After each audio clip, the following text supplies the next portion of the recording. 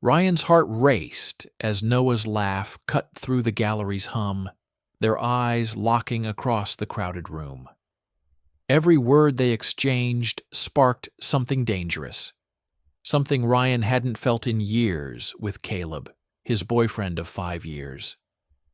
Guilt twisted in his chest, but Noah's number burned in his pocket, a secret threatening to unravel everything. Could one night change his life forever? The art gallery buzzed with chatter, but for Ryan the world narrowed to Noah.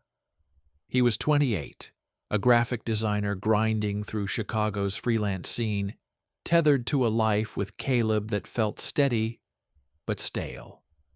Caleb, his college sweetheart, was reliable, planning dinners, texting goodnight, building a future together. But tonight, at a friend's gallery opening, Noah's presence shook that foundation. Noah, a 30-year-old bartender, moved with an easy confidence, his quick wit drawing Ryan in like a current. They talked about art, then music, then dreams, conversations that flowed too naturally, too fast. "You ever feel like you're stuck in a loop?" Noah asked, leaning closer, his voice low but sharp. Ryan hesitated, the question hitting too close. "All the time," he admitted, glancing away. Noah's gaze lingered, and when he slipped Ryan his number on a folded napkin, their fingers brushed, sending a jolt through Ryan's veins. He pocketed it, telling himself it was nothing, just a fleeting connection. But as he rejoined Caleb, who was chatting with friends across the room, the napkin felt like a grenade.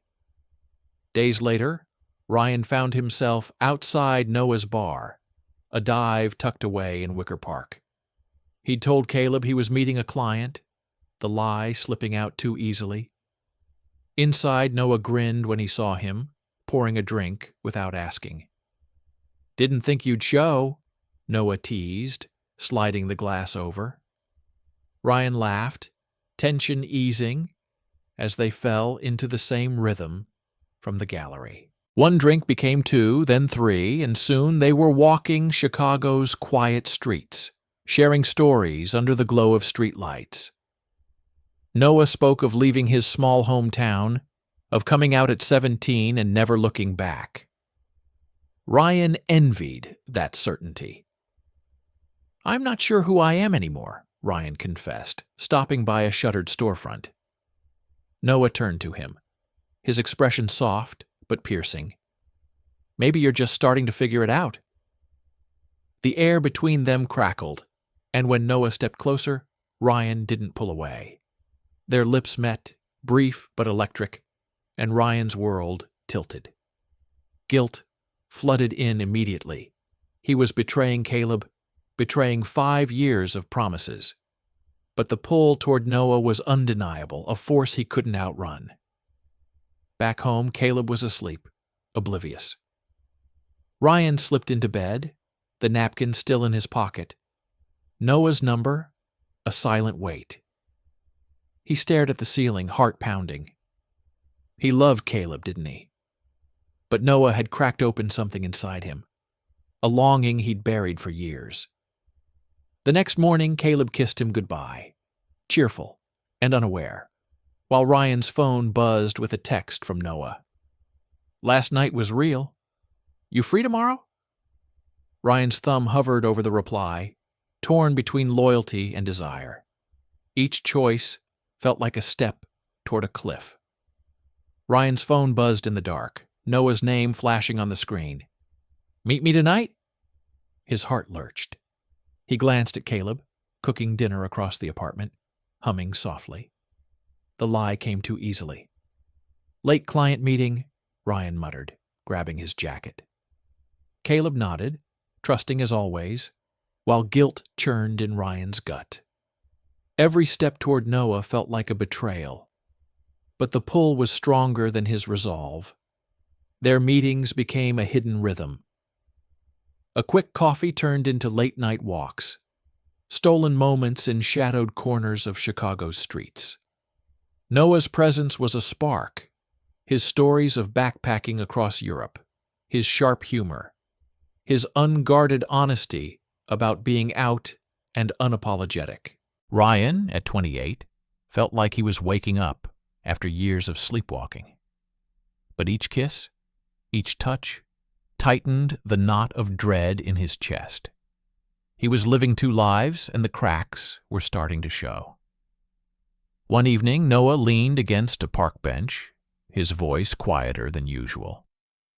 "I'm not built for secrets, Ryan," he said, eyes fixed on the ground. It's real, but I can't keep being the guy you hide." Ryan's throat tightened. He wanted to promise more, to say he'd leave Caleb, but the words wouldn't come. Caleb was safety, history, the life they'd built over 5 years. Noah was a risk, a question mark, a truth Ryan wasn't ready to face. "I just need time," Ryan said finally, hating how weak it sounded. Noah nodded, but his silence spoke louder.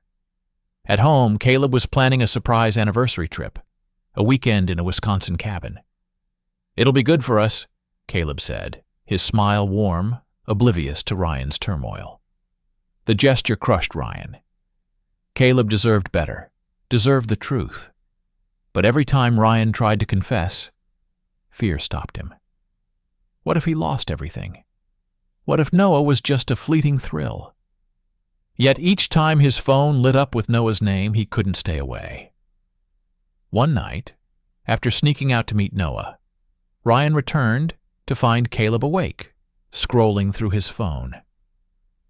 "You're working late a lot," Caleb said, his tone curious but edged with something sharper. Ryan's pulse spiked. "Yeah, tight deadlines," he lied, avoiding Caleb's gaze. The napkin with Noah's number, now crumpled, sat heavy in his drawer. He felt the walls closing in, knowing one slip could unravel it all. Noah texted again the next day. "I can't keep doing this halfway. What do you want?" Ryan stared at the message, his fingers frozen. He wanted Noah, wanted the freedom to feel without shame. But Caleb's trust anchored him to a life he couldn't yet abandon.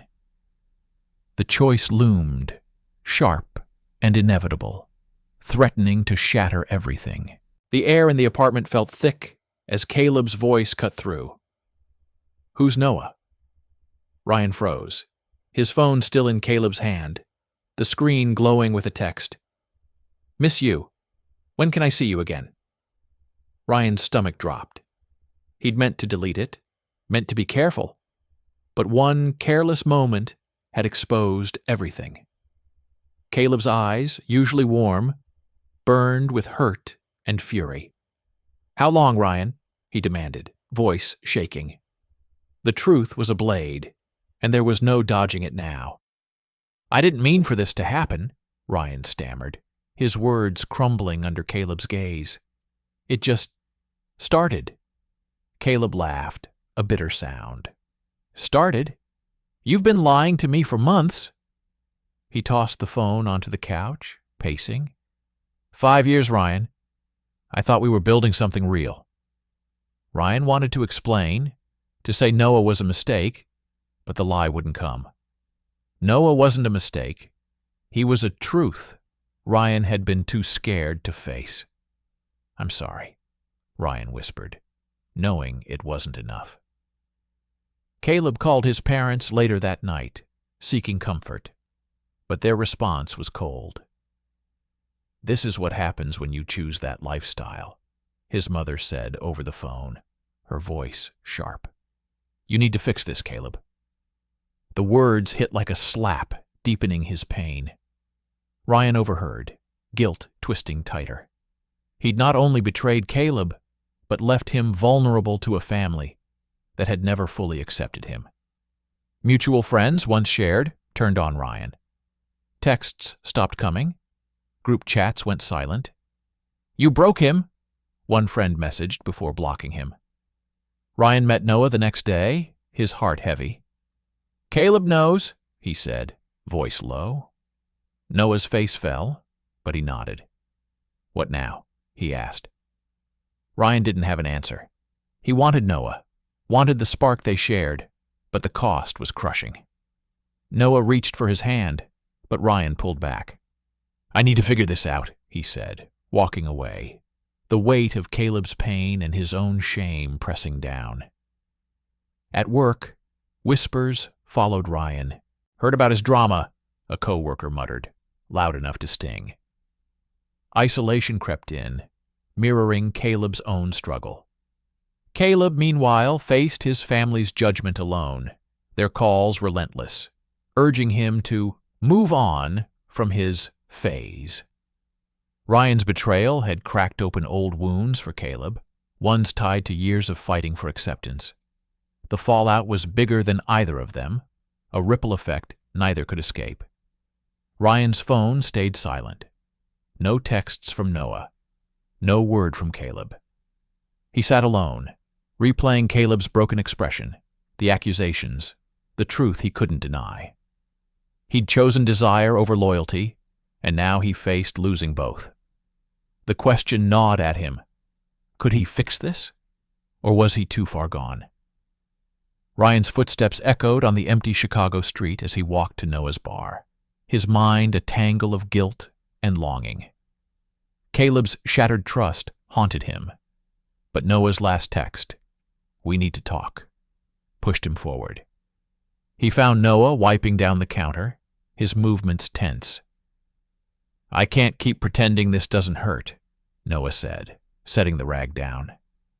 "Being your secret, watching you tear yourself apart, it's killing me." Ryan's chest tightened. He wanted to reach out, but the weight of his choices held him back. They tried to move forward, meeting openly now, but the world wasn't kind. At Ryan's design firm, co-workers' whispers grew louder. "Heard he cheated on his boyfriend," one said, not bothering to lower their voice. Ryan kept his head down, but the judgment stung, chipping away at his confidence. Noah faced worse. A regular at his bar overheard him mention Ryan and sneered, "Keep that shit to yourself." Another night, a drunk patron followed Noah to his car, shouting slurs until he drove away. Noah brushed it off, but Ryan saw the strain in his tight smile. "I'm not ashamed of who I am," Noah said one evening, his voice firm as they sat on a park bench. "But this, hiding, dodging hate, it's exhausting. You've got to decide, Ryan. Are you in or are you running?" Ryan's throat burned. He wanted to be all in, to hold Noah's hand without fear, but self-loathing clawed at him. Had he ruined Caleb's life for a fleeting spark? Was he even worth Noah's patience? "I don't know if I deserve this," Ryan admitted, voice breaking. Noah's hand found his, steady and warm. "You do, but you've got to believe it." The pressure mounted. Ryan's inbox filled with passive-aggressive emails from former friends, siding with Caleb. Caleb, meanwhile, faced his own battles. His family's calls grew relentless, his father insisting he straighten out and leave Chicago. The rejection fueled Caleb's isolation, and Ryan felt the ripple of his pain, knowing he'd caused it. Yet with Noah, Ryan felt alive, seen in a way he never had been. Their late-night talks, sharing dreams of travel and freedom, hinted at a future worth fighting for, if he could face himself. One night, alone, Ryan stared at his phone. Caleb's last message, "I trusted you," still unread. He typed a reply, then deleted it. Noah's words echoed, "Decide." Ryan's heart raced. He could keep running from his truth, or he could step into the unknown. The choice felt like standing on a ledge, with no way to avoid the fall. Ryan's hands shook as he dialed Caleb's number, the weight of months of silence pressing down. He needed to face the wreckage he'd caused, not to win Caleb back, but to own his mistakes. "Can we meet?" Ryan asked, voice barely steady. Caleb agreed, his tone guarded. At a quiet Chicago cafe, Caleb sat across from him, his expression calm but distant. "I'm not here to fight," Caleb said. "I just want to understand." Ryan's heart sank, but he owed Caleb the truth. "I was lost," Ryan began, eyes fixed on the table. "I loved you, but I wasn't honest with myself. Meeting Noah, it woke something in me I'd ignored. I hurt you, and I'll carry that forever." Caleb listened, his silence heavy, but not cruel. "I was angry," he said, finally. "But therapy helped me see you were struggling too. I forgive you, Ryan, but we're done." The words stung, yet they freed Ryan from the guilt that had chained him. Caleb's peace was hard-won, and Ryan respected it. Leaving the cafe, Ryan felt lighter, though the ache of losing Caleb lingered. He texted Noah, "I'm ready to try, for real." Noah met him at a park, the spring air sharp with possibility. "No more hiding?" Noah asked, his voice hopeful. Ryan nodded, taking his hand. "No more hiding." They walked together, fingers intertwined, ignoring the occasional stare. For the first time, Ryan felt unburdened, like he was stepping into his own life. The world still pushed back. Noah's bar shifts brought more slurs, and Ryan's co-workers kept their distance, but they found refuge in a local queer community. At a pride event, surrounded by laughter and rainbow flags, Ryan felt a spark of belonging. He and Noah volunteered at a youth center, sharing their story with kids navigating their own truths. "You're not alone," Ryan told a nervous teen, realizing he was speaking to himself too. Noah squeezed his shoulder, a silent anchor. Caleb, meanwhile, found his own path. He started painting again, a passion he'd shelved, and moved to a new city for a fresh start. A mutual friend mentioned Caleb's art show, and Ryan felt a quiet pride, knowing Caleb was healing. The pain of their past wasn't gone, but it no longer defined them. One evening, Ryan and Noah sat on a rooftop, the Chicago skyline stretching before them. "I was scared I'd lose everything," Ryan said, voice soft. "But I found you, and myself." Noah smiled, his hand warm in Ryan's. "We're just getting started." The future was uncertain, but Ryan knew one thing. He was finally living his truth, and that was enough. If this story touched you, don't forget to subscribe and turn on the bell. More stories are coming that will move you, inspire you, and challenge the way you see your own journey. Every story matters, and each one brings us closer to who we are meant to become.